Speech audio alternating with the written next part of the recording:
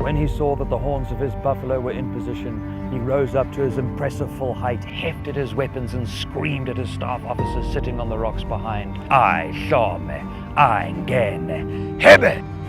15,000 warriors screamed back at him, "Usutu, Usutu, Usutu." With this, the order ripples out that these grandsons of Shaka could now descend into this killing field. The Zulus chanted great rhythmic chants across the hills.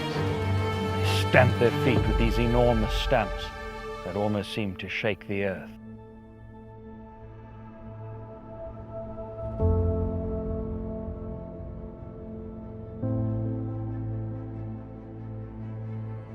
What is a story? From the moment we learn to paint and carve into the ageless stone, tales of our ancestors' endeavors have been passed down from generation to generation. It is our responsibility to preserve their deeds, their hopes, their fears, and their legacy, keeping them alive forever. Why are we drawn to stories? Do they remind us of who we are, who we could be, what we have built or destroyed? Do they define us? Why do they inspire us? Why do so many people come from all over the world to visit these faraway places, which are not really on the way to anywhere?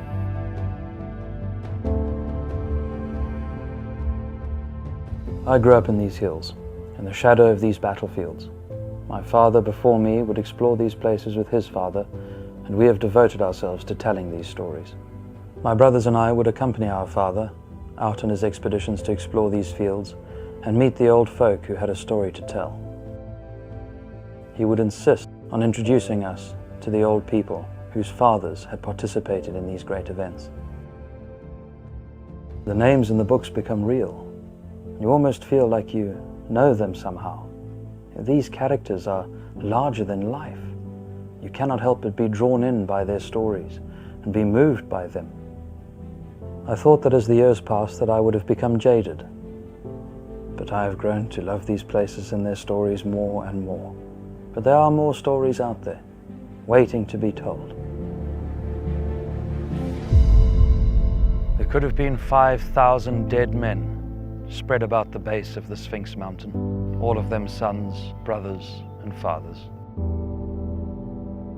The saddest part of the whole saga is what the Zulus had to say of this great battle. The Zulu king Rattray heard of this battle. He wailed, "Sakwaza sesweni," and Assegai had been thrust deep into the belly of the nation, for in the moment of their greatest triumph, they had sowed the seeds of their own destruction. This was their finest and their darkest hour.